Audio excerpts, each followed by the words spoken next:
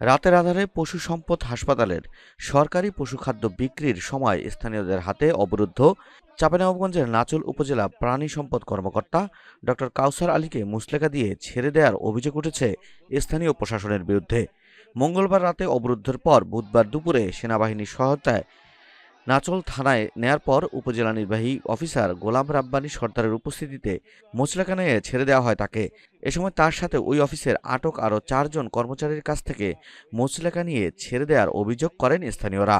স্থানীয় প্রত্যক্ষদর্শীরা জানান, বাজারের নাইট গার্ড মোহাম্মদ রাতে ডিউটি করার সময় গভীর রাতে ডক্টর কাউসার আলীকে 5-6 জন কর্মচারীর সহায়তায় একটি ভটভটিতে ফিডের বস্তা ও ওষুধ ভর্তি করতে দেখে লেবার সর্দার রিপনসহ নাচোল উপজেলা নির্বাহী কর্মকর্তা এবং নাচোল থানার ওসিকে অবহিত করেন। এদিকে রাতেই নাচোল থানার অফিসার্স ইনচার্জ আসলাম আলী ফোর্স নিয়ে ঘটনাস্থলে উপস্থিত হয়ে উপজেলা প্রাণী সম্পদ অফিসের কর্মকর্তা ও কর্মচারীদেরকে সেখানে রেখে মালামাল ক্রেতা রাজু আলী ও একই উপজেলার বসনাটলা গ্রামের আবুল কালামের ছেলে ভটভটি চালক রফিকুলকে আটক করে নিয়ে যায় থানায়।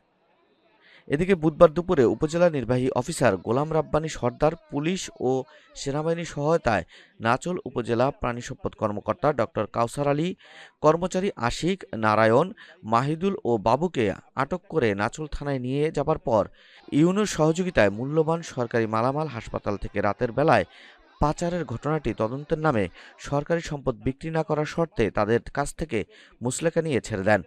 এ ঘটনায় সচেতন মহলে সমালোচনা শুরু হয়েছে। চাঁপাইনবাবগঞ্জ থেকে আজিমুদ্দিন, নিউজ ডেস্ক।